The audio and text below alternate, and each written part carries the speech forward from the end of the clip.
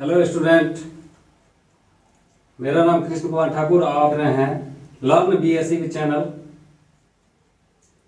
पिछले क्लास में हमने बताया था, पिछले दिन, सॉलिड स्टेट चैप्टर 1 है। इसमें कौन कौन पॉइंट हम बता चुके हैं। सॉलिड स्टेट क्या है, types of solid, types of crystalline solid, crystal lattice, lattice point और यूनिट सेल।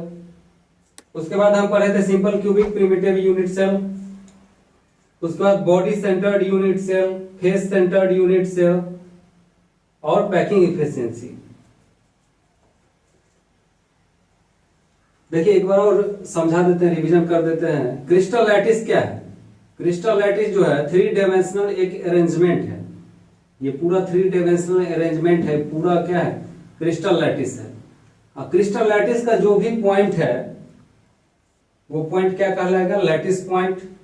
और क्रिस्टल लैटिस का एक स्मॉलेस्ट पोर्शन जिससे ये क्रिस्टल लैटिस पूरा तैयार होता है, वह स्मॉलेस्ट पोर्शन को यूनिट सेल कहते हैं। समझने के लिए आप जिस तरह से कोई घर बनाता है तो ब्रिक्स का इस्तेमाल करता है, तो घर हो गया क्रिस्टल लैटिस। अब ब्रिक्स क्या हो गया? छोटा छोटा ब्रिक्स, ईंट, वो हो गया यूनिट सेल। 7 क्रिस्टल सिस्टम है। 7 क्रिस्टल सिस्टम में पहला है cubic, tetragonal, orthorhombic, monoclinic, hexagonal, rhombohedral और ट्राइक्लिनिक। इसमें देखिए कोई भी क्रिस्टल लैटिस का यूनिट सेल में कितना पैरामीटर होता है? 6 पैरामीटर। कौन कौन? ए, बी, सी, अल्फा, बीटा, गामा।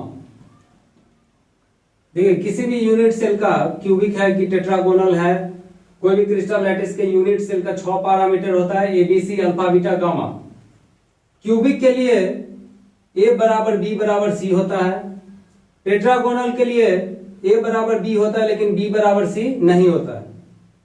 ऑर्थोरोम्बिक के लिए कोई बराबर नहीं होता है, सब अनइक्वल होते हैं। मोनोक्लिनिक के लिए भी सब अनइक्वल। हेक्सागोनल के लिए ए बराबर बी होगा लेकिन बी बराबर सी नहीं होगा। रोम्बोहेड्रल के लिए ए बराबर बी बराबर सी। और ट्राइक्लिनिक के लिए कोई भी साइड बराबर, एड्ज बराबर नहीं होते हैं। अब देखिए ए के सामने में एंगल बी और सी के बीच में बनता है अल्फा। बी के सामने में ए और सी के बीच का एंगल बनता है बीटा। और सी के सामने में बी और ए के बीच में बनता है, ये दोनों के बीच का एंगल है गामा। देखिए अल्फा, बीटा, गामा क्या है? एंगल है। दो एड्ज के बीच के एंगल को क्या कहेंगे? अल्फा, बीटा या गामा। क्यूबिक में तीनों एंगल 90 डिग्री होते हैं। टेट्रागोनल में तीनों एंगल 90 डिग्री। ऑर्थोरोम्बिक में तीनों एंगल होते हैं 90 डिग्री। मोनोक्लिनिक में 2 एंगल तो 90 डिग्री होंगे लेकिन एक एंगल 90 डिग्री नहीं होंगे। हेक्सागोनल में 2 एंगल 90 डिग्री होंगे लेकिन एक एंगल 120 डिग्री होगा। कौन सा एंगल है वो? गामा। रोम्बोहेड्रल में कोई भी एंगल 90 डिग्री के बराबर नहीं होगा। और ट्राइक्लिनिक में कोई भी एंगल जो है बराबर भी नहीं होंगे और 90 डिग्री के बराबर भी नहीं होंगे। अब देखिए इसको याद करने के लिए, साथ आपको नाम कैसे याद रहेगा इसके लिए शॉर्ट ट्रिक है। इसको याद कर लीजिएगा, सिटी ऑफ महाराष्ट्र। देखिए पहला अक्षर क्या है? सी। दूसरा क्या है? टी, तो हो गया सिटी। ओ से हो गया ऑफ। MHRT से हो गया महाराष्ट्र, महाराष्ट्र। ये शॉर्ट ट्रिक है, हमने तो ऐसे ही याद किए थे शॉर्ट ट्रिक से। आप लोग भी याद कर लीजिएगा। एग्जाम में ऑब्जेक्टिव क्वेश्चन बराबर इससे पूछे जाते हैं कि क्यूबिक में इसका एक्सियल लेंथ कैसा होगा या एक्सियल एंगल कैसे होंगे, टेट्रागोनल में एक्सियल लेंथ कैसा होगा और एक्सियल एंगल। ये तीनों का देखिए, ये तीनों तो माइंड में रहेगा कि तीनों जो है ऊपर में जो है CTO, तीनों का एंगल क्या होता है? 90 डिग्री होता है। ये तो याद ही रहेगा। उसके बाद जो है नीचे जो है मोनोक्लिनिक, हेक्सागोनल, रोम्बोहेड्रल, ये तीनों में 2 एंगल तो बराबर होते हैं लेकिन तीसरा एंगल डिफरेंट होता है। लेकिन रोम्बोहेड्रल में क्या होता है? अल्फा, बीटा, गामा तीनों बराबर होता है लेकिन वह 90 डिग्री के बराबर नहीं होते। और ट्राइक्लिनिक जो है सबसे अलग है, इसमें कोई भी एंगल बराबर भी नहीं होते और 90 डिग्री के बराबर भी नहीं होते। एक पॉइंट और याद कर लीजिएगा, क्यूबिक को मोस्ट साइमेट्रिकल क्रिस्टल लैटिस या यूनिट सेल कहते हैं, और ट्राइक्लिनिक को मोस्ट अनसाइमेट्रिकल कहते हैं। देखिए अब हम पढ़ेंगे density of unit cell. Unit cell का डेंसिटी कैसे निकाला जाता है? फॉर्मूला क्या होता है? D बराबर ZmAQN। देखिए आपको शॉर्ट ट्रिक दे रहे हैं, ये याद कर लीजिएगा। एक वर्ड याद करिएगा, जमाना। देखिए ZM है, उसके बाद AN होता है। A कितना है? 3 को है, 3 को AN। देखिए D क्या है? डेंसिटी। Z क्या है? Number of atom in unit cell. M क्या है? Molar mass. N क्या है? Avogadro number. कितना वैल्यू होता है? 6.022 इंटू 10⁻23। याद रहेगा वर्ड जमाना, याद कर लीजिएगा जमाना। ऊपर में ZM और नीचे में AM। A का क्यूब होता है। देखिए अब हम पढ़ेंगे क्लोज पैकिंग इन क्रिस्टल, यानी क्रिस्टल में जो है किस तरह से यूनिट सेल भरे रहते हैं। देखिए वन डायमेंशनल में एटम से जो है इस तरह से जुड़ा अगर रहता है, यूनिट सेल में क्या होता रहता है? यूनिट सेल में एटम से भरा रहता है। यूनिट सेल में जो है कभी फेस पे रहता है, बॉडी पे रहता है, कॉर्नर पे तरह पे करता है। तो देखिए वन डायमेंशनल का मतलब हुआ एक लाइन में, सिंगल सा लाइन क्या हो गया? One dimensional. टू डायमेंशनल किसको कहेंगे? कोई भी प्लेन सरफेस है उसको क्या कहेंगे? Two dimensional. वन डायमेंशनल पहले देखेंगे तो इस तरह से एटम जुड़ा हुआ रहता है। तो वन डायमेंशनल कोऑर्डिनेशन नंबर, जैसे ये एटम है, ये एटम के आसपास क्या कोई एटम है? 1 1 2, तो इसका कोऑर्डिनेशन नंबर कितना हो जाएगा? 2। टू डायमेंशनल का मतलब किसी प्लेन पर हम जब एटम को बिछा देते हैं, जैसे मान लीजिए किसी छोटा सा बॉक्स में लड्डू सजाते हैं, तो लड्डू रखने का तरीका ये भी हो सकता है और इस तरह से भी रख सकते हैं, एक इधर फिर हल्का हटा के रख सकते हैं, इस तरह से भी सजा सकते हैं। तो देखिए जब हम इस तरह से सजाते हैं किसी एटम को, तो उसको कहते हैं स्क्वायर के शेप में हो जाता है। स्क्वायर के शेप में इस टाइप को कहते हैं ए टाइप। कौन सा टाइप? ए टाइप। आपको अगर एग्जाम में ऑब्जेक्टिव में पूछ दे कि क्लोज पैकिंग में ए टाइप का कोऑर्डिनेशन नंबर कितना होता है? कोऑर्डिनेशन नंबर का मतलब वह आपस में आसपास में कितना एटम जुड़ा हुआ है। जैसे इस पे हम ले लेते हैं, इसको क्या कोई एटम टच कर रहा है? 1 2 3 4, 4 एटम टच कर रहा है, कोऑर्डिनेशन नंबर 4। हेक्सागोनल, हेक्सागोनल में इस टाइप से जब हम सजाते हैं, एक हटा के फिर इधर करके, फिर इधर करके, फिर इसको हल्का हटा के, इस टाइप को क्या कहते हैं? AB type. इसका स्ट्रक्चर कैसा होता है? हेक्सागोनल। एटम का स्ट्रक्चर जैसे मान लेते हैं ये एटम है, इस एटम के आसपास में क्या कोई एटम है? 1 2 3 4 5 6।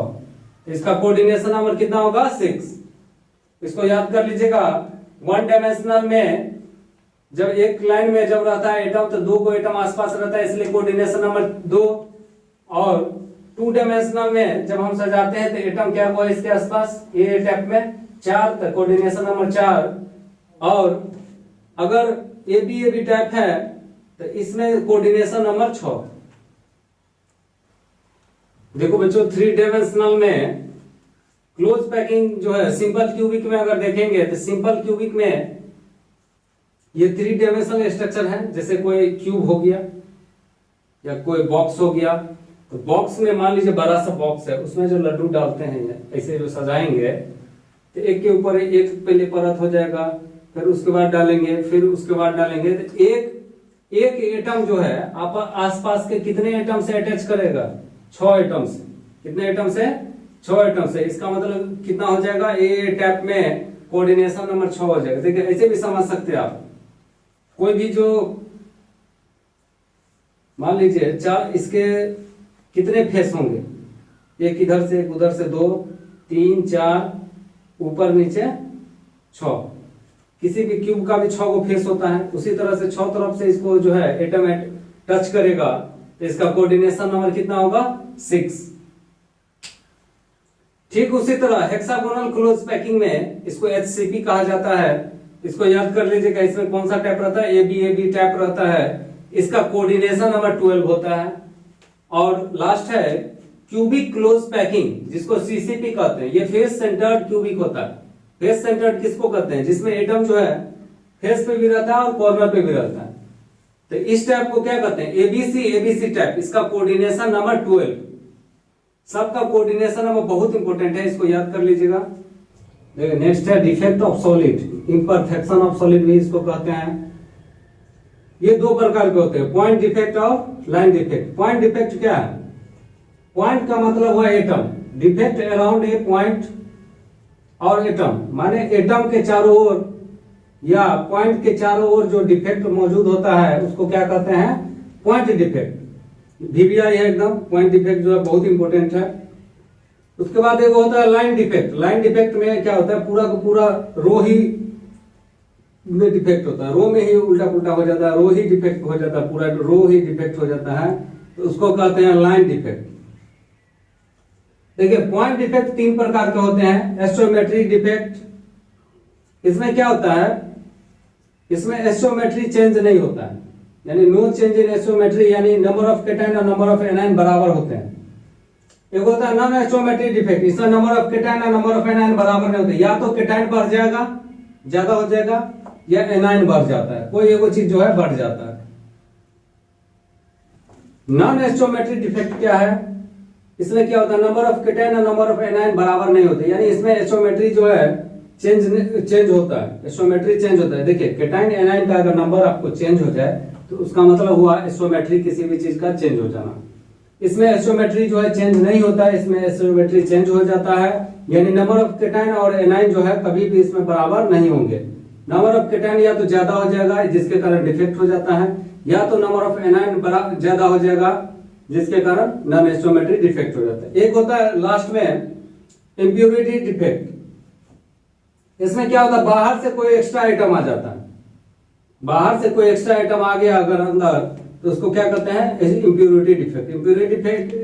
इम्प्योरिटी डिफेक्ट में क्या होता है, बाहर से कोई एक्स्ट्रा आइटम आ जाए तो उसको कहते हैं हम इम्प्योरिटी डिफेक्ट। देखिए एस्ट्रोमेट्री डिफेक्ट में फुल आयनिक सॉलिड के लिए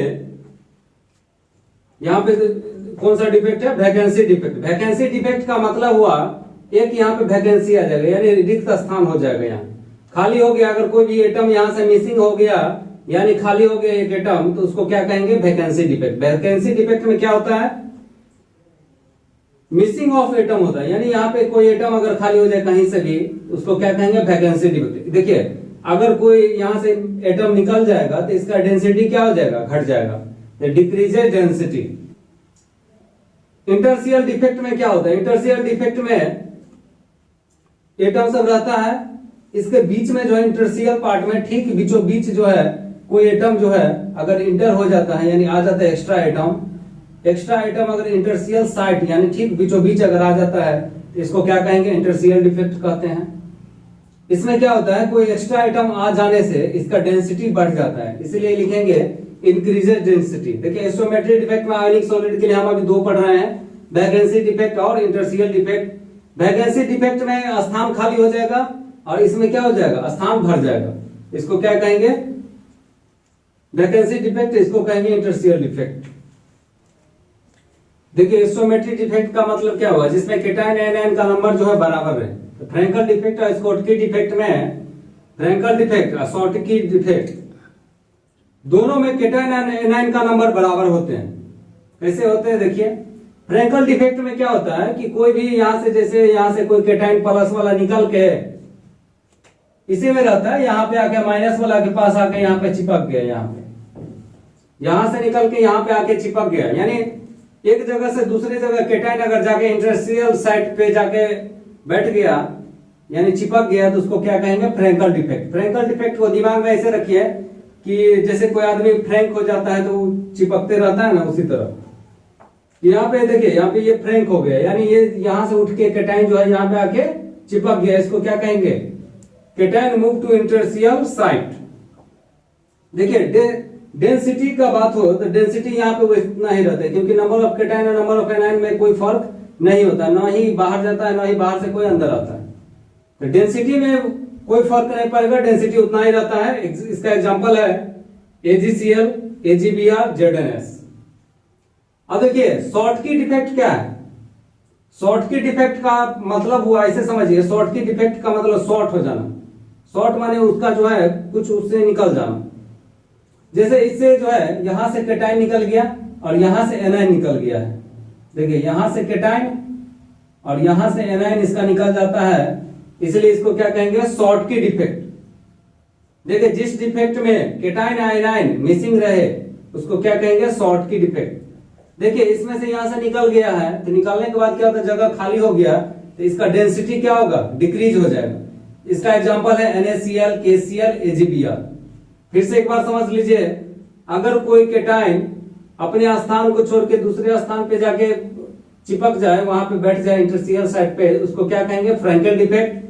और अगर केटाइन एनाइन दोनों एक एक मिसिंग रहे तो उसको क्या कहेंगे, शॉर्टकी डिफेक्ट। देखो बच्चों, अब हम पढ़ेंगे नॉन स्टोमेट्री डिफेक्ट। इसमें नंबर ऑफ केटाइन बराबर नोट होता है नंबर ऑफ एनाइन, यानी इसका मतलब ये हुआ कि इसमें केटाइन और एनाइन का नंबर कभी भी बराबर नहीं होंगे। इसमें जो है नंबर ऑफ केटाइन बराबर नोट नंबर ऑफ एनाइन। देखिए इसमें दो प्रकार के होते हैं, मेटल एक्सेस डिफेक्ट और metal deficiency defect. Metal access का मतलब, मेटल का मतलब हुआ केटाइन, केटाइन का बढ़ जाना। केटाइन किसी भी तरह बढ़ जाए। देखिए केटाइन बढ़ाने का दो उपाय है, या तो एनाइन को माइनस वाला हटा दीजिए, या नहीं तो एक्स्ट्रा कहीं प्लस ला दीजिए। यानी मेटल एक्सेस का मतलब प्लस पॉजिटिव चीज को बढ़ाना है।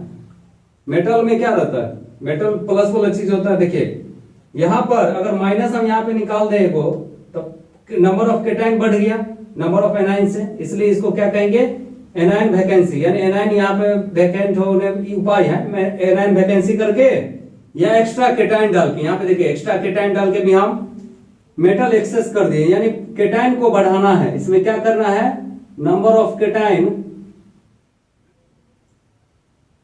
इंक्रीज करना है। नंबर ऑफ केटाइन जो है इसमें इंक्रीज रहता है, यानी बढ़ा हुआ रहता है।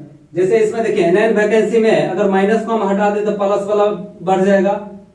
एनाइन वैकेंसी करके एगो उपाय है, केटाइन एक्स्ट्रा केटाइन डाल के प्लस वाला को अगर हम डाल दे तो ये कब होता है, हीटिंग मेटल ऑक्साइड में होता है। इसका एग्जांपल है ZnO। और एनाइन वैकेंसी कब होता है, NaCl और KCl में। एक होता है मेटल डिफिशियंसी। मेटल डिफिशियंसी का मतलब हुआ, इसमें क्या होता है कि केटाइन जो है सो कम रहता है, केटाइन मिसिंग रहता है। यहां लिखे हैं मेटल डिफिशियंसी क्यों होता है, केटाइन मिसिंग के कारण। मेटल डिफिशियंसी क्यों होता है, केटाइन मिसिंग के कारण। अब देखिए due two variable valency of metal, जैसे देखिए FeO है, इसका एग्जांपल एक ही है FeO। Fe में क्या होता है, इसका वैलेंसी जो है Fe कितना परसेंट रहता है, 0.95 रहता है, यानी ये 1 नहीं रहता है। इसका मात्रा जो है कम रहता है आयरन का, इसीलिए जो है इसमें ऐसा डिफेक्ट होता है। FeO में कौन सा डिफेक्ट होगा, मेटल डिफिशियंसी डिफेक्ट। इसको याद कर लीजिएगा एग्जांपल सहित। फिर से समझ लीजिए, मेटल एक्सेस कब होगा, जब नंबर ऑफ केटाइन बढ़ जाए। मेटल डिफिशियंसी कब होगा, जब नंबर ऑफ केटाइन घट जाए, यानी केटाइन मिसिंग रहेगा। यहाँ पे किसी भी कारण से केटाइन बढ़ेगा तो मेटल एक्सेस होगा। जैसे अगर एनाइन अगर वैकेंसी हो जाए, यानी एनाइन मिसिंग रहेगा, यहाँ पर माइनस वाला मिसिंग रहेगा तो प्लस वाला बढ़ जाएगा, जिससे क्या होगा कि प्लस वाला बढ़ने का मतलब हुआ मेटल एक्सेस डिफेक्ट हो जाएगा, मेटल वाला चीज बढ़ जाना। एक्स्ट्रा केटाइन आ जाने का मतलब हुआ मेटल वाला चीज इसमें भी बढ़ जाएगा, इसलिए इसको क्या कहेंगे, metal access defect. Metal access defect का दो तरीका से हो सकता है, एनाइन वैकेंसी से या एक्स्ट्रा केटाइन के आ जाने से। सबका एग्जांपल याद कर लीजिएगा। सॉलिड स्टेट का वीडियो यहीं पे कंप्लीट होता है। सॉलिड स्टेट पहला चैप्टर था 12th का, बहुत ही इंपोर्टेंट है एग्जाम के लिए। आप हमारे चैनल पे अगर नए हैं तो सब्सक्राइब कर लीजिए और लाइक कर दीजिए, बेल आइकन बटन दबा दीजिए ताकि नए वीडियो आपको मिलते रहे। इससे आपको बहुत ही फायदा पहुंचने वाले हैं। इस वीडियो के माध्यम से आपको अगर जानकारी अच्छी लगे तो कमेंट जरूर करें, और हमारे चैनल के लिंक जो है फेसबुक और इंस्टाग्राम के लिंक डिस्क्रिप्शन में दिया गया है, वहां पे जाकर आप फॉलो कर लें। ठीक है, धन्यवाद।